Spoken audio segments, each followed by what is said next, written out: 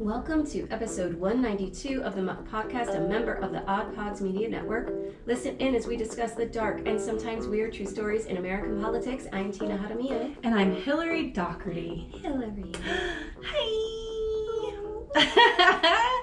Dude, I was listening to our last episode, or I was probably watching it on YouTube, before it went out, and the end was so funny because the wine was low, and you're like, I guess that's it, and I was like, oh my god! And then on our Patreon, which we recorded right after, the Patreon that was so the funniest funny. fucking Patreon we've ever done. It was so good. We did weird laws from around the world, is this a real law or not? And there were some laws in America that are wild. Wackadoodle. Add in the wine where I'm like, there's no way that's something that could have happened. Only in America. And Tina's the one who sees the answer, so she'll click something and she goes, come on! And I'm like, wait, what is it? Which one is it, true or false? Oh my gosh. So funny. What a week.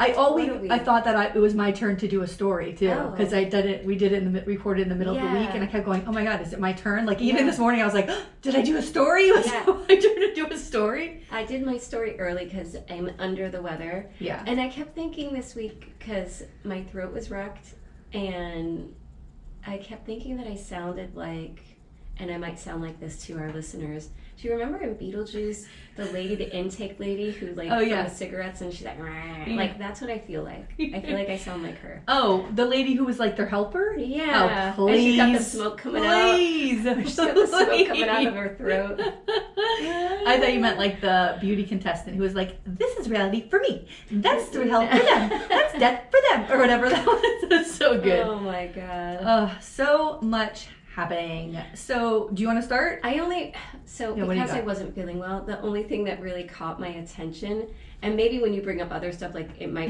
ring a bell to me, but the Lauren Boebert getting kicked out.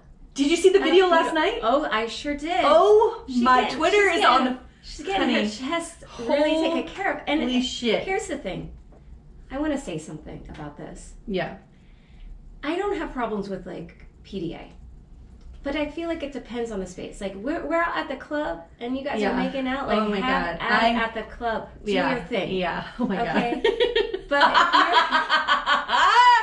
girl. But if you are in the theater, you know what I mean? Nobody wants to sit next to you during Beetlejuice and watch you get groped by someone. First of all, there was a part of it that I was like, holy, this is so fucking hot. There was a part of it that I thought was super hot, but also she's a mother. Let's take away the part that she's a congresswoman, which is also highly embarrassing. Oh my god. But there's this sexuality to this woman that she's very young too. Good for her. Yes, of course. But also you're a mother. Let's say this wasn't, you're not a congresswoman, you're not famous, and this wasn't caught on tape. What if a fellow mother from your school saw this? Wouldn't you be a little bit embarrassed by that? Yeah. I mean, I don't know. It's so bizarre. And just the behavior. And the thing is, I think that this is someone who is so desperate for attention. Yeah. Desperate for attention that she has to. I mean, there's no way that you are sitting in a theater or you're high or you're on vaping, something. She's vaping. The smoke in the middle of the theater. Out. She's got her hands going. Have fun. What about the hand in the guy's crotch? She was rubbing his dick the whole time. Understand the space that you're in. Again, No. I feel like there's a time and a place. No. Certain places you want to go do that. Like I said, you're at the club, you're here, there. But in a theater, when you have a person who is pregnant sitting behind you going, please, can you stop vaping? Yeah. Because you shouldn't be vaping in the theater anyway. And you tell, as a congressperson, you tell that person to go F themselves. You know what I mean? No. She is the typical, Republican GOP buff-on-ghoul kind of attitude now, where they think they can do anything. Yeah. Like Manny Diaz Jr., our education commissioner, who somebody tweeted, a reporter tweeted him a question, something about salaries being paid by federal salaries or something, and he retweeted it and said cry more, they like to say to libs, cry more. There is a brazenness, is that the right word? Yeah. To their behavior, and she was behaving like that. She was clearly either I want to give her the benefit of the doubt and say she was inebriated. I think she but like high or whatever. Like, I don't know. Let's just, I'm not sure, but let's say she was, because I don't know otherwise why you would act that way, except that we know that she's getting divorced and now there's this new man in her life, and when that happens, honey, listen, have at it. Yeah, but also you should just stay home and fuck. Like, I don't know what you're going to the theater for. Like, what are you doing? Like, and also it's Beetlejuice, which was also hilarious because it's so like fucking low rent theater. Like, I don't know. This isn't like we're going to the theater. We're going to see Beetlejuice the musical. I mean, it was here down here in Broward. It was supposed to be really good. I'm sure, but the behavior of like behaving like that. By the way, how can you even deny anything you do in public when there's cameras around us 24/7? And she's like, I wasn't vaping. Her rep was like, there's no way she was vaping. And now the video's just smoke coming out now from these videos. Then the behavior of the groping. And then you get the videotape of them all the way walking out of the theater, out the door. And she's pointing a finger like, do you know who I am? To these people at the theater. Yeah. And that's not, like, you should be hiding your face, but they're not embarrassed. They're not embarrassed by it, which is shocking. I mean, when I saw those other, what do you call the cameras that you could see like that? The security camera, probably. Yeah, but like that you see in the night, I don't know. It was very clear. Like it was vision, night vision. Yeah. I was like, girl is God. having some fun, but imagine like sitting, if you're sitting right next to them, I'd be like, that's what I kept looking like. Can the guy next to her see him totally touching her boob? Like, listen, my mom said, I think I saw her nipple. I was like, it probably was. It probably happened. My mom says nip though. Nip. Oh, she says nip? Yeah, which is funny. Uh-oh. It's always funny. Yeah, it is actually. I like. I see her nip. This is a sitting congressperson, and then for them to give who barely won her seat, by the way, like had to go for a recount because it was barely won it. Who and this woman, then they walk out and they flip off people, and it's like, these are people at the theater. Guess what? The ushers and stuff are volunteers. They're old people, typically retired people. Like, I hope that's like my goal one day. Like, when I retire, I want to like usher at a theater so I can see shows and like how fun would it be? You know. Yeah. Tell idiots how to go to the bathroom, get out when you're vaping. And then go stand, and now we got to deal with like, and this person who's a congressperson flipping everybody off. This sense of entitlement is disgusting. And also I've seen great side by sides of a clip of on the bottom. So it was one screenshot, but on the top was her on the floor lecturing about groomers. And on the bottom was muted, but you see her in the seats being groped. And like there's children, it's a Beetlejuice. There's children all throughout that theater. One of the best videos I saw was when they did the groping. They throw them out, and you see her walking out, and she's doing like this, and you see two people who work there standing by like the concession stand, and these two women, and they were watching her, and they look at each other, and they're like, they give each other that look like, girl. What is wrong with you? I mean, how embarrassing. But you know they went home and, ooh, girl, they had fun. But you know what? I was thinking, too, that her ex is also someone who... Oh, he's a creep. ...is incapable of containing himself. Yeah, we've heard those 911 tapes, by the way, from the house. Like, the son calling 911, I think he was 14 or 13, calling 911 because the father is coming trying to get into the house, and the mother and Lauren gets on, you don't need to send the police, you know, it's horrifying was happening. And now their mother's out there on tape being groped. Right. And now imagine this. Mommy has a date.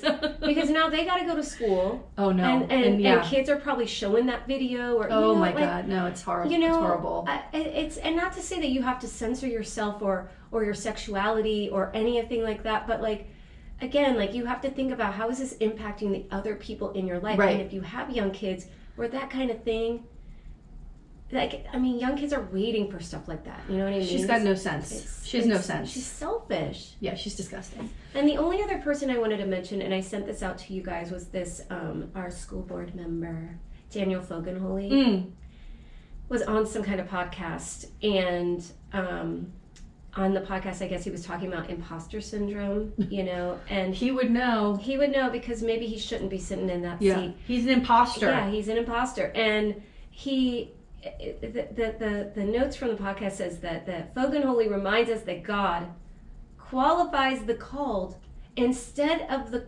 called being qualified. And wow, I am just so shocked that that he would openly admit that he is not qualified for this job. But the fact that he is just going to say, well, God told me I have to do this, and that call from God is qualification enough. And I'm sorry, but it's not. But also, I'm sorry. Haven't we dismissed the calling from God back when George W. was talking about how God told him to go to war? Yeah. Remember? Oh, I talked to God last night. That motherfucker literally said that. Like, weren't we laughing about that 20 fucking years ago or whatever? What are you talking about?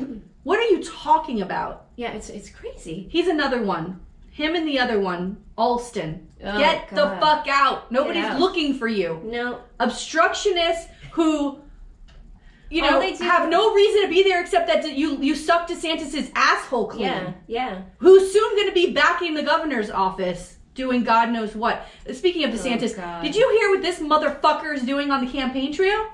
Tell me. He's trying to basically water down that the 6-week abortion ban isn't that bad. Yes. It's not putting women and girls in harm's way. He's trying to his own bill. He's trying to distance himself from one of the most harmful and dangerous pieces of legislation that's ever been passed in the country. These 6-week abortion bans are fucking death sentences for women and girls and anyone else with a uterus. Fucking death sentences. For women who wanted to have a baby and something horrible goes wrong with the pregnancy and they're sent home and they go into sepsis and could fucking die. These are real stories happening in Texas and Florida. And now he's on the campaign trail, which is the only reason he passed it, is because he thought that everybody thought like he did. Yeah, no. Which they don't, because the world is not full of monsters like you. And or the people of Florida. Now people in Florida are suffering from this. Yeah. People who fucking live here are suffering. Families. This isn't just women and girls. The people around them have to watch them suffer because of what you did, because you thought it would help your presidential campaign, which is failing. He has now dropped to the single digits of approval ratings. You're a fucking loser. You're a fucking loser. How dare you? How dare you saddle us with these horrible laws and then try to back away from them on the campaign trail, which is the only reason you wanted them in the first place. You don't give a fuck about life, a culture of life. Go fuck yourself. Him and his goddamn quacky ass doctor telling people under 65 not to get the vaccine. Over 65. Over 65. To get the... No. He's telling people under 65 not to get the vaccine booster. He's saying everybody elderly should get it. Oh, I thought it was the opposite. I thought he was telling old people not to do it. No, he's telling younger people not to get it, that you don't need it. Oh. By the way, and I'd also like to read this because I saw this last night on Twitter. Anthony Mann from Sun Sentinel said this. 1, Florida has the highest COVID hospitalization rate in the United States. 2, CDC, FDA, and 70% of Floridians say vaccines are safe and effective. That's a lot of Republicans and independents, you dopey motherfucker. And also DeSantis and Ladapo, that's his Surgeon General, said people under 65 shouldn't get the shots. That idiot. So there's a Florida poll from USF and FAU that finds wide partisan divide on COVID vaccines. Democrats 30 points more willing to receive ongoing vaccine boosters than Republicans. Republicans trust in guidance from public health officials 40 points less than Dems. So think about that. How weird that is. I don't understand. I would love someone to do some sort of study to trace when we stopped believing in science and medicine in the United States. Well, because it was before COVID. I feel like there's always been that percentage. Yeah, but it's higher now. I don't know if it was when all of that stuff with the MMR vaccine being linked to autism, and that guy turned out to be a quack, right? It was one doctor. It was one doctor, and it was all a lie, and it's come out, and there are still people today who insist. Yeah. Not to get their children vaccinated. Like, I wish that they could go back and look at photos of children who have died of those diseases and the pain that they go through, and that you're not going to protect your child or have a herd immunity, right? Because if we dip below a certain percent, it doesn't matter if you're vaccinated or not from that disease, you are still at risk for getting it. That's why you need the herd immunity, right? To try to stop it. But the fact that polio might come back, you know what I mean? I told you there's a Robert F. Kennedy Jr. Story that I'm gonna do about vaccines that is so fucking wild that I don't know a lot of people who know about it, but it is a fucking crazy story, and it's the spread of this misinformation. I know we talked about this a couple weeks ago. Yeah. But there's always been that very low percentage. Low percent. Like when COVID first started, they said that. Remember, there was always some people who like didn't trust. Because you have those outliers. Humans don't all think the same. So there's going to be, but it's also misleading because of the autism, but also misleading because we had a president who misled people and lied and said, don't trust the media. Don't trust the news people. And this is what happens. This is eventually what happens. And you have people in your family who literally don't trust the truth of something that's in their face. People you love and know that just don't believe it. They don't believe it. They don't believe it.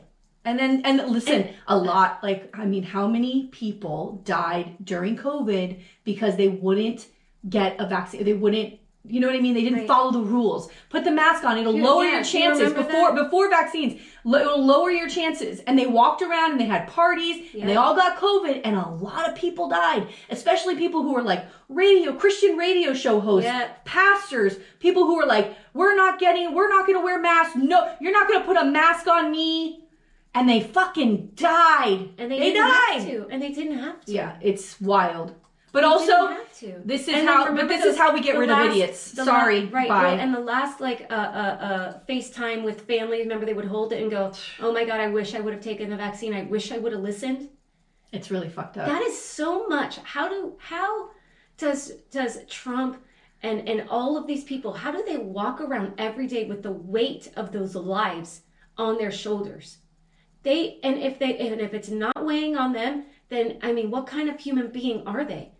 A person who lacks empathy. You have that cuckoo Marjorie Taylor Greene who's vying for the vice presidency, who went on the other day to talk about climate change and was like, in the ice age, were they paying taxes? Were they looking at we get everything we deserve. I gotta tell you, if Trump gets reelected and Marjorie Taylor Greene's the vice president, oh my God, we get everything we deserve. But here's the thing I want to say. I don't want to exclude people from running for office, right? I don't think that you have to have a Harvard degree. I don't think that you have to be some rich ass person. But I do think there should be some qualification. Right? I don't know what they can do, but a person like Marjorie Taylor Greene, who clearly has absolutely no sense. She is unintelligent. Okay. But she's unintelligent and she is making decisions on laws that impact people. But you have to hold on a second. Our forefathers, they had all these systems in place. She was duly elected by a group of people. If she's elected that way, it doesn't matter what she's saying. If she's elected, it's freedom of speech, right? And they put her back in office, which they did. Then that's the representative. Until she breaks the law in some way that they can get her on, that's it. That's who we have. And I was listening to this podcast, and it's definitely something I'm going to cover. But that 14th Amendment that a lot of states are now asking that Trump's not included on their ballots because he should not be, because he incited a riot in this country, an insurrection, is really interesting. And the reason that was in place was because I think it was Jackson came into office. I got to look it up. I'm going to do it on the podcast. Okay. But this is a thing. He was saying he was going to pardon all, they pardoned all of the Civil War motherfuckers, right from the South. And everybody, the Northerners and everybody in Congress was like, we can't trust the president, right? Right. So we need to put something in place that if they are part of X, Y, and Z, they can't take place. They can't become president. And so the 14th Amendment exists for that reason, that we can't trust that the person that's elected is going to be a good guy. And so what's our fallback if that happens? And that's why this 14th Amendment was in there, is to protect us. Right. Protect us from a crazy person like Trump being elected again. Right. Because they didn't ever foresee that a president being elected would do something so bad. Right. And I'm going to do it because I think the 14th Amendment needs to really be discussed. And in Colorado, they're trying to throw this through Colorado right now. They tried in Florida and some Trump judge threw it out. But he should not be on the ballot. He shouldn't be on the ballot. No. He should not. He's actually being tried. He's going to have a court case for being a part of this. all I want is this man in jail. I know. But the money that this man makes, like the money he made off of the presidency, the money that his dirtbag Jared Kushner, $2 billion. His dirtbag son-in-law. And these people are worshipped? And did you see that Jared Kushner, Papa Kush gave the president, or President Trump, a couple $1 million? Remember he pardoned him? He just gave a couple $1 million to his campaign. It's very interesting to me. Must be nice. Yeah. Wow, he's probably like, pay up, buddy. Yeah. A couple local things I wanted to talk about. Broward College is a local college here. It's a great school. Tina taught there once upon a time, right? I said teach there, yes. It's a great school it's well regarded. It's, it's a good school. Yeah, and very, like, their nursing program is like top notch. Yeah. And the thing that's great about schools like Broward College and community colleges, a lot of community colleges get like shit for being community college, but it's such a great way for people who don't have a lot of money to get that 2-year degree, offset the cost of college, and then once you get your AA from your 2-year, typically there's a reciprocal program where you can get into any of the state colleges in your state. So you have access to the remaining 2 years, and it's not as like hard on the pocketbook. Right, exactly. Yeah. So there is a president at Broward College named Greg Hale. And Greg, who by the way is 45 years old and has been president of the college for 5 years. So he was 40, which is incredible to me when I read how old he was. That he's been, for 5 years, he's been the president of the school. Very well regarded in the community. Business owners, like elected officials, love this guy. The board of trustees loves this guy. He, out of nowhere, resigns this week. Puts in a letter of resignation. Oh, I didn't hear about this. And everybody was like, what the fuck, right? Uh-oh. So the Board of Trustees has I think it was a regular scheduled meeting. This guy, Greg Hale, was not there. And in the letter, he was just like, thank you so much for this opportunity. Never doesn't talk any kind of shit. I was so great to work with the board. Well, apparently, in February of 23, DeSantis had appointed 3 people to the Board of Trustees. And if you look at the meeting minutes of all these meetings since then, they've been questioning things that he's done, asking for special things, He never says anything about them, and reporters have tried to call him. He will not have any comment. He just wants to be like, thank you so much. He's a gentleman. I'm out. A gentleman, right? So the Board of Trustees had a meeting this week, and I mean, people like Perry Thurston, who's a former state senator, was there, and they were like, what are you guys doing? And they said, we're not going to accept this resignation because the board is like shocked. And nobody wants him to leave. They're all begging him to stay. They're going to talk to him and try to get him to stay because they are shocked that this is happening. But there's people who spoke at this Board of Trustees meeting and they're like, y'all have been bothering this man, right? Yeah. And so he's just trying to be like, see you later, and not get involved because what's happening at FAU trying to look for a president. Like, it's a mess here. Can you imagine Randy Fine at freaking FAU? Yeah. So anyway, he seems like a really good guy, and it's a shame that we're having this brain drain in Florida where there's good people running schools, in charge, part of the community. I mean, the community people who came out and spoke on behalf of this man, like the Chamber of Commerce, like really, really important people that he worked with in the community for the benefit of the students in the school. Well, and that school, man, that school helps so many people get an affordable education. Yeah. And this goddamn governor, on his crusade, to turn this entire state into some kind of Christian college world, like, I'm done with it. Like, when are we all going to just fucking protest? Like, I want people in the streets. Like, everybody stop going to all these fucking schools. Yeah. What happens then when all the students go fuck yourself? It's really and fucked don't up. go to classes. And the professors say, we're not goddamn teaching until those members of the board are removed. Right. Listen, that's the kind of thing that's going to have to happen. You know? Like, I don't know how else. We need organization.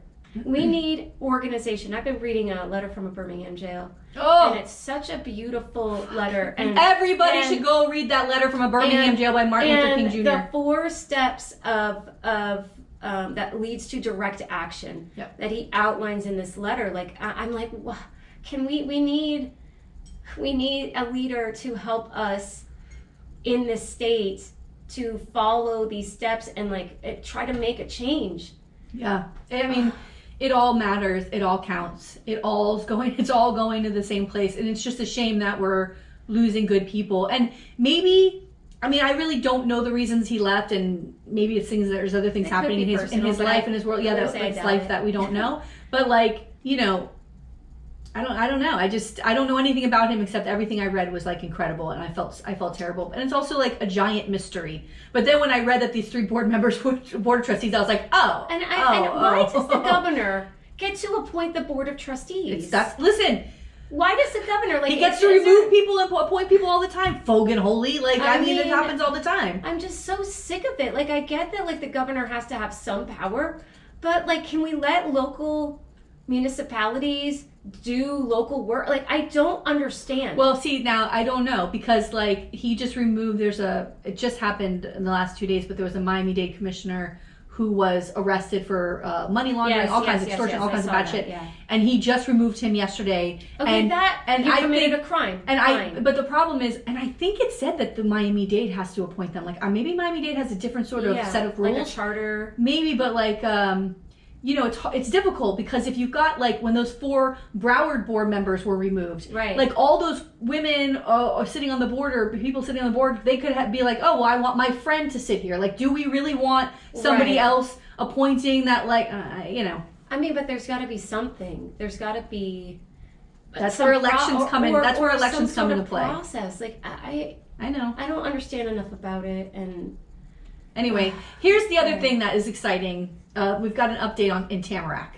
Mm. So I told you guys about the Shaker Village Association, where Marlon Bolton, who is the commissioner in Tamarack, and a couple of the people on his commission voted to buy this clubhouse and the land that it's the clubhouse and demolish it because it's been sitting there. Even though they got this association got $600,000 from their insurance company to rebuild it. And God knows where that money is, but they voted to buy. City of Tamarack's going to buy it, and they're going to demolish this building and rebuild it, upwards of $2 million for the whole thing. And now it's going to be a community center, even though it's in this association. And it was kind of all done, this vote, even though the mayor's on there going, this is not a good vote. Like, why are we doing this? Yeah. The whole thing was done. Well, it blew up after that because everybody in Tamarack's like, hell no, right? Yeah. So they had a meeting this week, and the morning of the meeting, a resident in that Shaker Village community center. It's like a gated community. So how are people coming in and out of the gated community? It's a problem. That's the whole point that people live in gated communities. So this woman filed an emergency temporary injunction to halt the sale because they were going to finally vote to buy it that night because they had agreed that they were going to look into it, and then they were going to vote on Tuesday night, I think it was, to actually buy it, and the deal was going to be done. And so this woman files an emergency temporary injunction on behalf of as a resident to like stop this sale. And they go to this meeting, and so she says she's filing this because she's worried about increased traffic with the clubhouse, and because there's going to be all kinds of residents driving in and out of there. Like, what the hell? Yeah, security. You know, like who are these people now driving around the neighborhood? This is ridiculous. Yeah. Also, she's worried about increased taxes because once this new clubhouse is there, it could be property values go up, and she's like, I don't want to pay more taxes. So now it is that also the association has to actually vote. The homeowners and to say, yes, we'll sell this to them. They never did that. So now they have to actually vote to say, yes, we want the city to buy it. But where's the 600? Why don't they just rebuild it themselves? No, that's gone. It's gone. God knows. With Marlon Bolton creeping around, God knows what the hell's going on. I mean, this guy, it is wild. And the county is still doing their investigation of like, they want all those texts and emails and everything that went back and forth of like, whose idea was this to do this? Yeah. Why are you doing this? So, like, who's personally benefiting from this? This is very odd. So, they have to have a 75% vote to sell this. And here's something that's really funny and kind of shady as fuck. Residents of the Shaker Village complex received letters in the mail that encouraged them to vote to approve the sale, and they came with $25 gift cards. And no one knows who sent them. There's a number on there you can call. 25 to every resident? Yeah. That's a lot of money. Yeah, $25 gas cards. And there's like 20, there's a phone number on there, and so the reporters were calling it and texting it, and nobody was answering it. It's like a dead number. Yeah. Like it's one of those like fake. Yeah. Anyway, and also the people who live in other parts of Tamarack are like, no, You're not going to use our tax dollars to buy this building. In a gated community. Yeah, we don't want this. We don't want this. 25, how many people live in there? I don't know. But also, like, you know, That's that Marlon Bolton's like, the East Side is ignored and we don't have a place and you know, stop acting like else. But also Build stop acting somewhere like, else. but also, Mr. Bolton, please stop acting like you give a fuck about the East Side of Tamarack. Everything that he does personally benefits him. You live in Shaker Village. That's a problem. Don't you see how fucking weird that is? That you would then say, I want X, Y, and Z to happen in this neighborhood, which is shady as fuck. Do you think the city has endless amount of dollars to do this kind of work? Also, if you care so much about Shaker Village, go find out from your association where the fuck the $600,000 is. I know. That y'all got. You pay insurance there. All your insurance that you pay there in your It should be in some and your account. homeowner association fees, that's for insurance and taxes in your community. How do you Ask lose the people who are running. $600,000? They don't. They probably spent it on something else. Instead of that. And meanwhile, you drive down Commercial Boulevard, you see this horrible building standing there. Like, aren't you embarrassed by this? Why don't you take accountability about where you live instead of going, I know, the city of Tamarack, the endless piggy bank of city of Tamarack's going to do this. Get the fuck out of here. This is wild. It's fucked up. This is wild. And people are because not happy. Even if there were, like, say, 200 families in there, that'd be like $5,000. Mm-hmm. And there's probably more than 200 families in there. Who's shelling out $10,000 in gas cards? I could guess, but I'd have to say allegedly. Yeah. Everything's kind of allegedly. That's what who's our investigator? Get the bulldog on this story. It is a wild. The grift in Tamarack. It's heavy.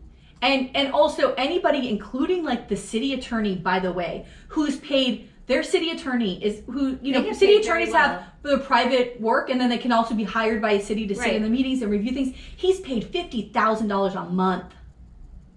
$50,000 a month. And he was the one going, he was buddies with Marlon Bolton and he's perfectly fine with this deal. And now $50,000 a month. A month. And now that can't be. That's a shit ton of money, girl. Oh my God. Like, I want to research every city in Broward and see how much money these city attorneys are making. Like, I think it's outrageous. Like, I get it that you have to, like, you know, you have a very important job and you're sitting on the dais once a month or whatever the hell it is, but it's probably twice a month, but also I'm sure they're like reviewing things all the time and giving advice. I mean, they have to give advice. $50,000 a month. I would say it's a city job. You're a public servant. Give the guy $80,000 a year. I'm sure that's... And you're making your other I'm sure salary. it's more in larger cities, by the way. Oh my God. Anyway, I'll keep you all informed about Tamarack because I am dying to see how this turns out. I mean, I'd be furious if this was my city. I'd be fucking I would lose my mind. furious. And the whole thing is stupid. I hate politics. Oh. My last thing I wanted to glad say... I have a political podcast. I know, right? What are you doing here? The last thing I wanted to say is that I've been watching the most amazing television show, and I'm sure that you know about it. It's on Hulu, and it's Welcome to Wrexham. Oh, I haven't seen it yet. You have to watch this with your kids and your husband. Welcome to Wrexham. Yeah. It is so charming and so beautiful of a story. It's a documentary. It's Ryan Reynolds and Rob McElhenney. I can never say his name right. He's an actor on Always Sunny in Philadelphia, which I've never watched. I haven't either. Yeah. But these two crazy motherfuckers bought a football team in Wales. Yes, I know that they... my husband would love this then. This is the story about this town, this community, the football club. It's so fucking good. I can't even tell you how amazing the story is. And these two coming in and buying this club to like bring it back up, because I'm sure that you're aware of it, but I wasn't aware that there's like this pyramid of levels for football teams. And you're never guaranteed. Yeah, so like you're never guaranteed. They said imagine like the Yankees are the greatest baseball team, right? And they're winning all these seasons. Right. The next season, if they start losing, they could drop in levels where they're playing against a farm league in Kansas now, right? Yeah. And so, which is kind of cool. Like that's the thing it's I kind of like about it's amazing soccer. It's like you you're never know. You're not guaranteed to just be like in the top tier just because of who you are. This team for like over 10 years has been at this bottom level. And you have to get to only one team a year can move up to the next level. And so they're trying to get up. And this season with the struggles and the community and the history. And then they come to town and they're all fucking excited. And because the community kind of owns the team, they saved the team. Yeah. And so they have to convince this community to like allow them to come in and buy the team. And then they buy the stadium. It's just so fucking good. And there's another season. Can I go live there? I want to live there because now, you know, I'm watching it and I walk out. I'm like, hello, time to go to school, children. Like now I'm talking in my accent because I am obsessed. I'm obsessed with it. It's so good, and also, like, I'm not the biggest Ryan Reynolds fan, by the way. I think he's funny. He's funny. I've seen him lately in, like interviews. Like, he did that David Letterman show on Netflix, My Next Guest, His New Introduction or whatever. And he was kind of like, I don't know, he was like with his glasses, his legs crossed and talking seriously. And I was like, what the fuck is going on here, right? Like, what an arrogant asshole. Now I can see that arrogant vibe. I get it. But now I'm watching this show and I'm like, he's a fucking saint. Him and this other guy. I mean, this guy Rob is incredible too. Like and his whole thing was like he grew up in Philadelphia with the Eagles and like that was like, it's part of like who you are is cheering for these teams and being a part of, and this community in Wales is so sweet. And the players are incredible. Like, just they love it. And you see them winning and losing and the heart of it all and like getting the players. It's very Ted Lasso-esque of like, we need a new coach, we need a midfielder, we need this, we need to put money into this, it is so fucking good. I can't wait to watch it. You have to watch it.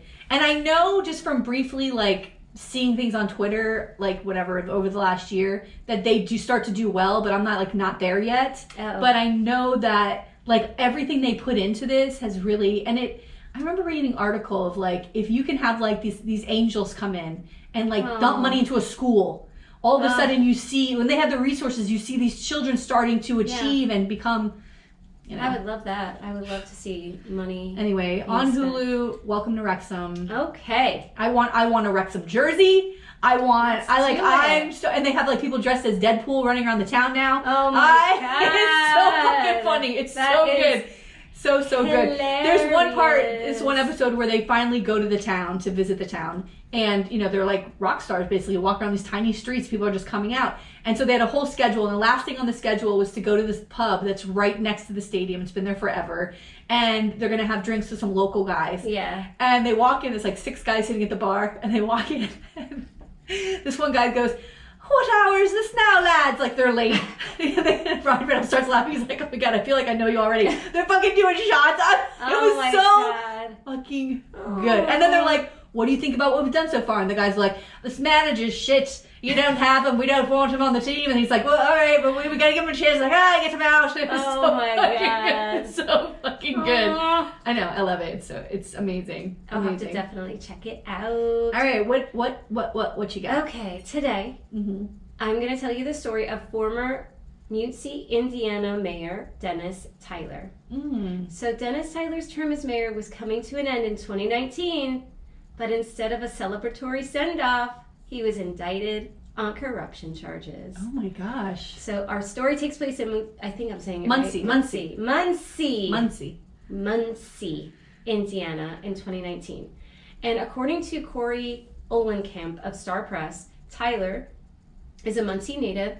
He's originally from the south side of the city, and he was an alumnus of Muncie Central High School. He took office as the current mayor in 2011 after resigning from his position as a state legislator for District 34, which he had held for 6 years starting in 2006.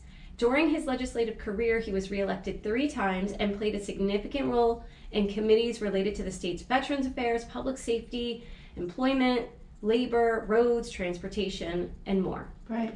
In January of 2019, he announced that he wouldn't be running for re-election after serving 2 terms. He was 76 at the time. Jesus. And it's like, every time I see these, I'm not trying to be ageist. Oh like, my God. Dude. Wait a minute. Yeah. Did you just see that Nancy Pelosi is going to run again? She's like 82. I did. What are we doing? California. Tell her to get out. California. San Francisco area. My God. Get it together. You don't have a young Democrat over there that can take this seat? There's got to be somebody. Stop it. Stop. Oh my God. This is an outrage. It's a fucking outrage. Like, we're sick of it. We're sick of it. You know, I've been listening to podcasts. 82? I was listening to podcasts talking about Biden's age, and like, you know, what we don't talk about is that Trump is as old as Biden. They're the same age. But because he's so crazy, all we talk about is how crazy he is. Yeah. We need to talk about how he's old and crazy. Yeah. Senile. Yeah. That's he's the out. term. He says crazy When things, you're but he's old also and an old crazy, you're motherfucker. senile. Yeah. So, he said basically he wanted to spend time with his family. Yeah, good. But at the time that he was resigning, there was also this FBI investigation kind of swirling around. Uh-oh. So, despite that, he claimed at the time that the investigation had nothing to do with his decision not to run again. Okay. Which we don't believe you. Sure. All right, so basically, the major incident, what Tyler did was just stupid. This is like not some big major story, but like he's just dumb. And he took $5,000 in 2015 to make sure that a certain company got a $110,000 demolition work contract. And the thing is, according to the press release from the U.S. Attorney's Office of the Southern District of Indiana, Tyler passed on other bids that were lower in cost. So he's screwing the city over financially, right? There's all these bids come in, like that's how it works. We've talked about it before, like whatever the job is, these companies put in their bids, and then the city should review all the bids, and typically you would maybe want to pick something that would be more fiscally responsible. But he doesn't do that because he took $5,000. Like, it's the stupidest thing. Like, $5,000. Like, it's not like $100,000. I don't know. Like, to me, like, why are you throwing your whole career? Is it possible that he was doing $5,000? But is it possible he'd done this before? Maybe. And this is like caught? the only one, you know. And like, also, you're in your 70s, right? 76 at the time of his indictment. I mean, I love this long career. Yeah. And now you're going to like risk sitting in jail at 76 for to give some contractor a contract. Like, it doesn't make sense to me. No. I don't know. I mean, I'd like someone to hand me 5 Gs right now. I was just going to say that. I'd love for someone to just hand me $5,000, you know what I but mean? Destroying your reputation, all of that. No. I don't know. So the way it went down, it was classic. He was given the money in a parking lot by former Muncie Superintendent of Sewer Maintenance and Engineering, Tracy Barton, who also found himself charged in what the feds called Operation Public Trust. And this operation took place between 2015 and 2018. So that's what they're investigating. So there was a bunch of people doing shady stuff. And this mayor was one of them, right? So he wasn't the only one. Like I said, there were dozens others arrested or involved in the operation. A Fox News article noted that the total jobs that the contractor got ended up being more than $250,000 worth of jobs. So it's this classic, like, pay-to-play he story. gets $5,000, this company making $250,000? Yeah, I mean, what the fuck? It doesn't make sense. No. It doesn't make sense. So the U.S. Attorney's Office for the Southern District of Indiana, their press release also explained that the city of Muncie and the Muncie Sanitary District awarded the excavation contractor hundreds of thousands of dollars in contracts for various city projects. These contracts were linked to kickbacks paid to Tyler and Barton, and they encompassed work related to the Nebo Commons commercial development and the construction of a large sporting goods store. So like I said, there's all these other people. So this contractor's like, here's $5,000 to you, here's $10,000 to you, here's $5,000, you know what I mean? And they're like collecting all these contracts. So this is the other thing. Tyler had a city contractor remove a tree from his yard. So that was another thing they got him on. It's a stupid thing. The job was an $1,800 job, but it was in exchange for the contractor to be able to keep his name on the list of eligible bidders for work done in Muncie. So, I mean, for $1,800, like, it's so stupid. So he also got himself in trouble by trying to cover things up. So the feds are sniffing around. This is it. And they realize that there's a contractor who got paid for work that was never done. And he tried to get a couple of the employees to testify that they had requested bids from that contractor.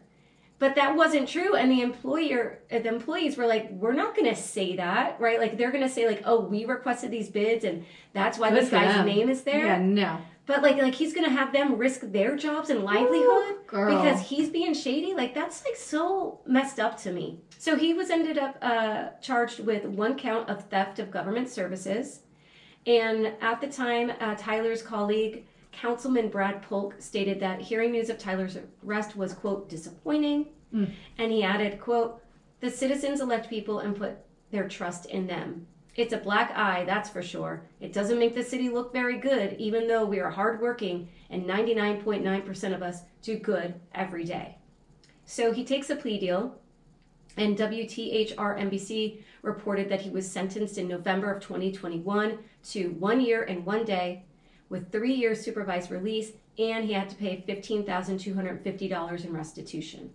So in the deal, he basically copped to taking the $5,000 in 2015 to ensure that $110,000 demolition work went to that unnamed company. And he told the judge at sentencing, quote, "I stand before you so ashamed, sorry, and absolutely scared to death for what might happen next." Okay. And he should have been scared because he was looking at 10 years. Oh my gosh. So like he's gonna die in so there. that plea deal though, gets him a year. Okay. Right? So like, he kind of, but still a year in jail when you're 76, like you don't know what the hell happens in there. Damn. So the aftermath, like many others before him, Tyler didn't serve his full sentence. After not even 6 months, he was released. And now the article that I read, it just said that he was like released, but it could have, and like the language of it meant like he could have been released to a halfway house or he could have been released to his home on house arrest. But like whatever, I forget what the label was, it could be either or, and they didn't specify like which one it was. Right. And then acting U.S. Attorney John Childress had this to say after Tyler's sentencing: "Mr. Tyler's greed caught up with him and he will now be held accountable. The citizens of Muncie and the hardworking city employees deserved better out of their mayor, and hopefully this sentence will help restore some public trust and confidence in the government that serves them." I mean, no. I have no trust in government. No. I have very little trust in government. Yeah, no. After doing the show, everybody sucks. Like at every level, people are corrupt, and it's so gross. Yeah. Special agents, FBI special agent in charge of the case, Paul Keenan, had this to say: "This sentence shows that public corruption will not be tolerated. Mr. Tyler was entrusted by the community to represent their interests, but instead chose to betray that trust through his abuse of public office for his personal gain." He also said, "Public corruption is a top criminal investigative priority for the FBI, and we encourage the public to continue to come forward and report abuses of public office." And he was succeeded, Tyler was succeeded by this guy, Dan Redenauer, who was a Republican. So just as a side note, Tyler was the first Democrat elected to that mayor position in over 20 years. And like, this is what you do. This is what you do. At the state level, maybe he was doing stuff like this. Couldn't that have been possible? Probably. Who knows? I mean, just somewhere out of the blue, like what could be going on in his personal life what, that you what just all of a sudden start someone taking in money? your 70s to like do that? He's got to have a good pension from like the Yeah. state. He's got, I don't remember what his jobs were prior. It's just bizarro. So I wanted to just touch on the 8 other people who were charged in Operation Public Trust. There was Tracy Barton, 51, of Selma, Indiana, who was indicted for conspiracy to commit wire fraud, falsification of documents in a federal investigation, and witness tampering. His case is still pending. Jeff Burke, 55, Muncie, Indiana, indicted September 2018 for bank fraud, false statements to agents of the FBI, obstruction of grand jury proceedings. His case is pending. Rodney Barber, 53, Muncie, Indiana, indicted May 2019, conspiracy to commit wire fraud, and false statements. Case pending. Phil Nichols, 75, Muncie, Indiana, indicted in March 2020 for conspiracy to commit wire fraud, and witness tampering. Case pending. Deborah Nicole Grigsby, 47, Muncie, Indiana, indicted in March 2020, conspiracy to commit wire fraud. Case pending. Case pending? It's 3 years! I know. Jess Neal, 54, Yorktown, Indiana, indicted March 2020 for conspiracy to commit wire fraud. All of these are case pending. And then Tony Franklin, 62, Yorktown, Indiana, indicted in March 2020. 2 counts of conspiracy to commit wire fraud, 2 counts of wire fraud, 2 counts of false statements. And then finally, Greg Nichols, 42, Selma, Indiana, indicted February 2017 for 16 counts of wire fraud, theft of government funds, 16 counts of money laundering. He was sentenced in 2019 to 2 years in prison with 3 years of supervised release and ordered to pay $217,892 in restitution. So all of them together were in this Operation Public Trust. and whatever this unnamed construction company was paying a lot of money to a lot of people to make a bunch of money, and now all these yahoos are going to go to jail. Fucking idiots. You know? Fucking idiots. So there you go. Well, great. Good story. I mean, short but sweet, but it's, you know, I was like, these idiots. But don't you think these are the more common like crimes that happen in politics? I just don't understand why you think you're not going to get caught. What is compelling you to cheat the people of the community that you've been elected to serve? I just don't understand. Like, I don't understand. Bruh. And I think there are people that go into politics deliberately because they want to see how they can scam the system. Well, yeah. You know? That they're only in it for their own personal need. I would love to see, and I know there are some people that we love who are in it for the good of the people. Mm-hmm. But I think that, I don't know what the percentage is. Is it 50-50 that half of them, it's only about their damn ego? Yeah. You know what I mean? They don't care about the people. They want that power. They want the recognition. They want the respect, whatever it is that comes with. They want to be groped. Holding that office. They want to be groped at shows without anybody yelling at them. But you know? I think that, I mean, I don't know why someone would take something as little. I mean, $5,000 is a lot of money to me. But I don't know why somebody would take that. In the grand scheme of things. Except now, right now, with the way, how much things cost and no one's getting paid more, it's really fucked up. Like, I don't know if you saw this, but the city commission or Broward County Commission was having a meeting. They're raising taxes in some of these cities, and Lighthouse Point, which is a very wealthy area, they're going to have their taxes raised some to like $5,600 for the year, and that's a lot of money. And they're out there begging the county commission, speaking at the meeting, saying, please, begging, please don't do this. Because what they're doing is making it unaffordable, right? They're making these homes unaffordable, like homeowners insurance. And so if you have the opportunity to get $5,000, like maybe somebody would take it. Like things like that. I mean, even though it looks like someone can afford something, sometimes it's not the case. That's true. You know, I mean, I don't know. We live in a state, and I know this is happening everywhere. Inflation is up everywhere, but we live in a very unaffordable place. We are now. I mean, they compare living in Florida to like living in New York. Yeah. Or living in California, which is, it's so hard. Like in California, you can't go buy a house in California unless like you have millions of dollars. You know what I mean? But also, like, how many people are one car accident away from like losing their job and then not being able to pay their bills? You know, a lot of the homeless people there was a great investigative series done by the Sun Sentinel a couple of years ago where they went and interviewed all these homeless people that were living like at the library, and most of them had like, there was a woman, I will never forget it. She had a car accident and she wasn't able to go to work for like 2 weeks and lost everything because she didn't get 2 paychecks. She couldn't pay her bills, lost her apartment. Like, everything goes. This is how most people are living on the streets, is because of one bad thing happens to them, and that's it. And they don't have safety nets to catch them, people around them who can help them, or whatever it is, you know? And then right now, it's the state that's doing this to people. It's not a car accident. No. It's literally this. They're making the cost so high here for insurance because we live in a very, weren't you the one scary place with the hurricanes? That our insurance commissioner just said that the reason why all of our insurance companies are leaving the state of Florida is because Florida's too woke for them. Oh, the CFO said that. Yeah. Oh, the video I sent you. Yeah. Like, it's not, has nothing to do with, climate change or hurricanes or insurance companies being in bed with, the governor.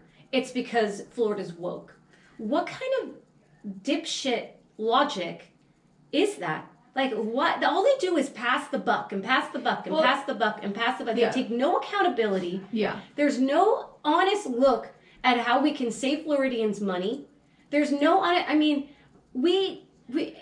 going to come to a point where it's going to be so hard for people to live here. Like, I think about my own children when they end up out of school and getting like a first kind of job somewhere. How are they going to even be able to get an apartment? Like, I was college Most people live home now. Yeah, when I was college age, I could have an apartment. I had a roommate, but I had a time where I didn't have a roommate. But I was able to pay my bills not making some big salary, you know what I mean? But I could still exist and live and go out and have fun, and that is gone down here. Yeah. This is not a place for young people, and imagine young families trying to start out and buy a home, and it's outrageous. Yeah. And with the mortgage rates at 7-something%. But also like the thing that's so confusing and like we've talked about this before, so insulting, is that we're literally talking about, it's just so close to home, it's upsetting, but like we're talking about people's homes. Yeah. Right? And like if someone's pleading with you that the insurance is too high and it's gone up 206% in 2 years. It's outrageous. And how are people supposed to find the difference in money? And it's not accessible. Like, it's not a thing. And so when people are writing to you and emailing you and pleading with you, and your response is, oh, State Farm is woke, like, it's a slap in the face to hardworking people everywhere in the state. Like, literally, it's a very easy explanation. State Farm is losing money here. Yep. They're a business. There's a reason they're leaving. It's not because of woke and wanting to go after Bud Light or whatever this idiot governor is doing. Dumb. It's literally because insurance companies are a business and they're in business to make money. And Florida is too risky, like California and Louisiana. Like, insurance here is very expensive and they're not going to roll the dice on it. And it's completely understandable. Right.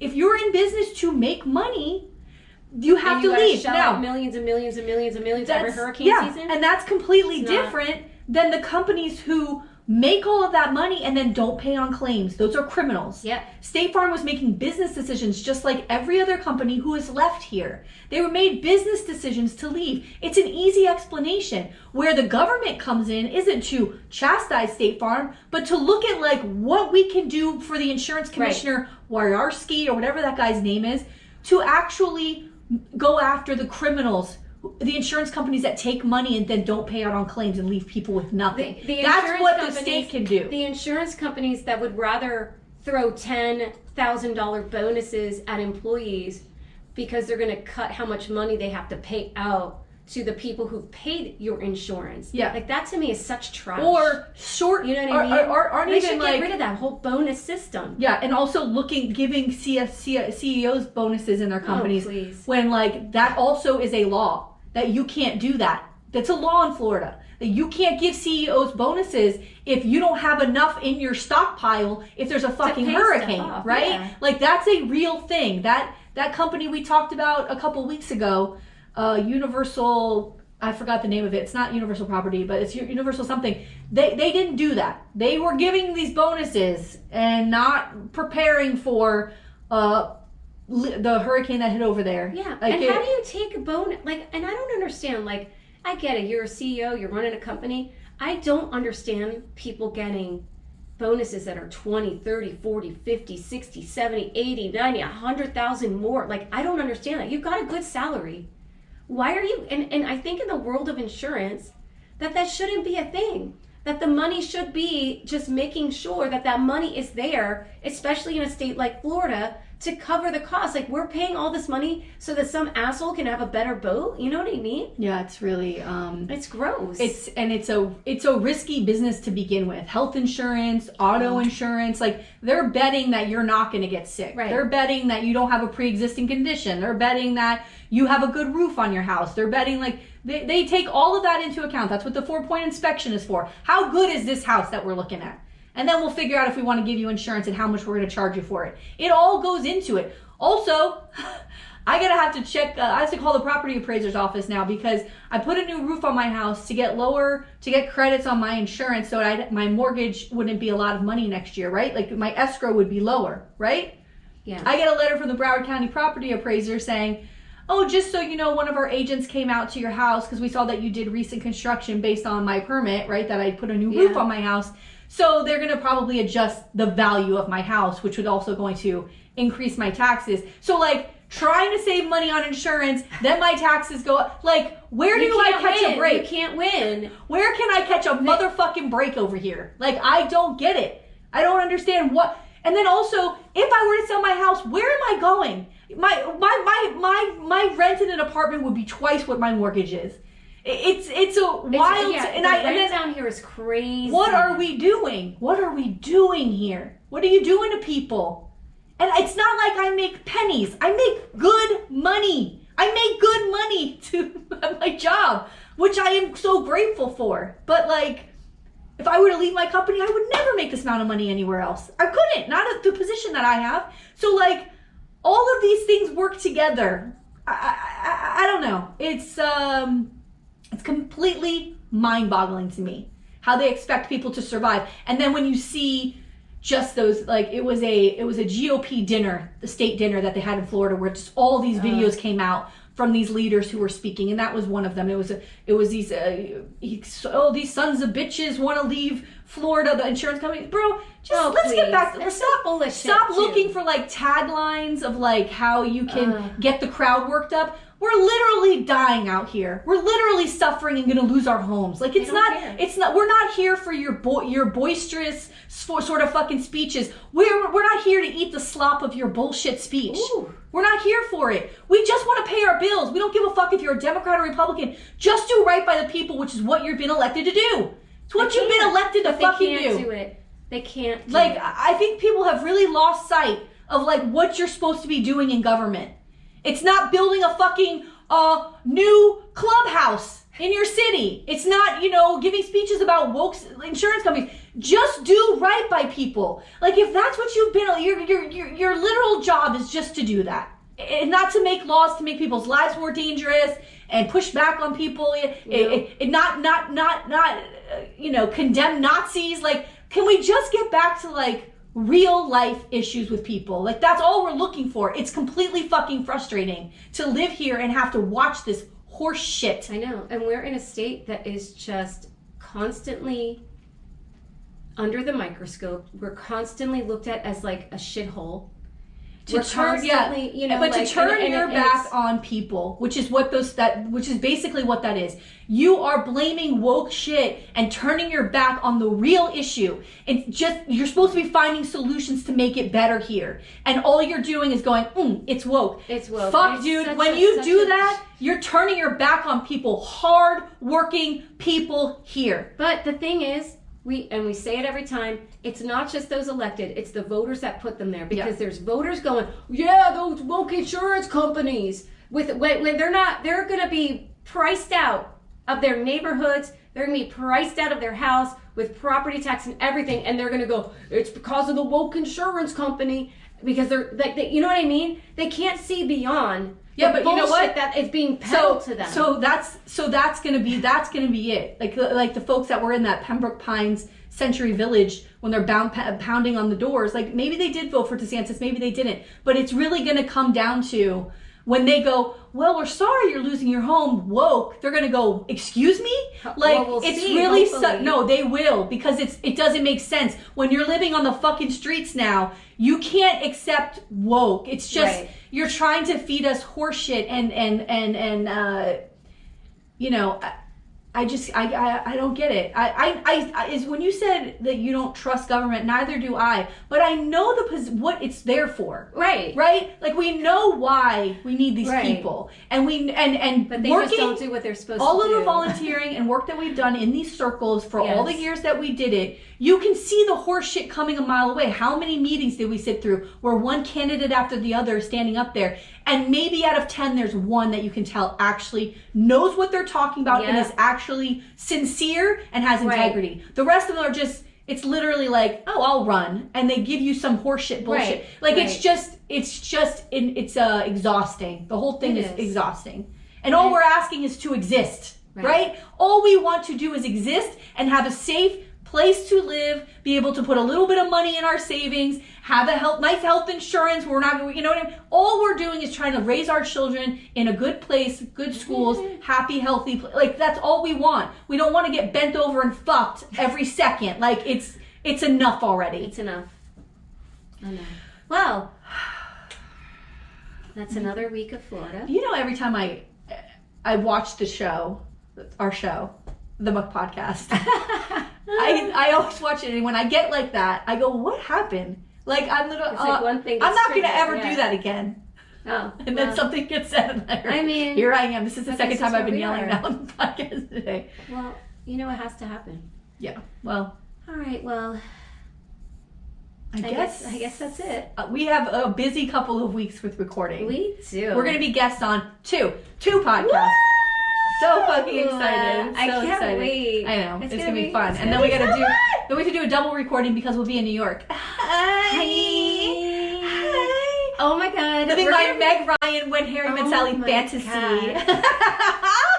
Don't you think we are gonna be so cute in New York? We're gonna be so fucking cute. We're gonna be so cute in New York. We're gonna be so fucking cute. It's gonna be the best. Oh, girl! I really feel like I know I'm gonna take you around everywhere on Friday. But I think on Friday we will be like, I really want to walk through Central Park and like sit on benches and like fucking do the whole thing, like chill. I'm so excited. Yeah.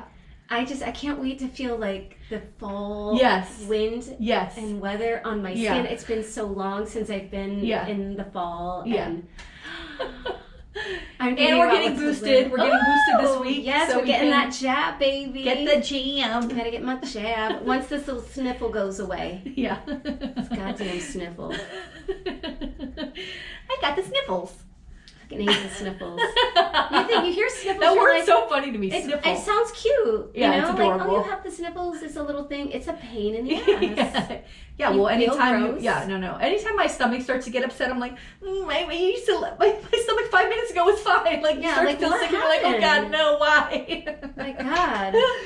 Oh God. And I haven't had like a sore throat in so long. Yeah. I felt like I was swallowing freaking razors. You said you texted me because you start to feel sick and you're being like, I got COVID, right? You took a COVID test, it was negative. Yeah. That was me last weekend. I had started to feel like a little sick. My nose was running and I was like, oh God, I was in a crowd. Like maybe this is a thing. Like I went to my daughter's open house and I was like trying to avoid a huge hallway of people. And I'm like trying not to sit next to people. And I'm like, oh God. And I had taken a COVID test last weekend because I was just like, I just want to make sure. Yes.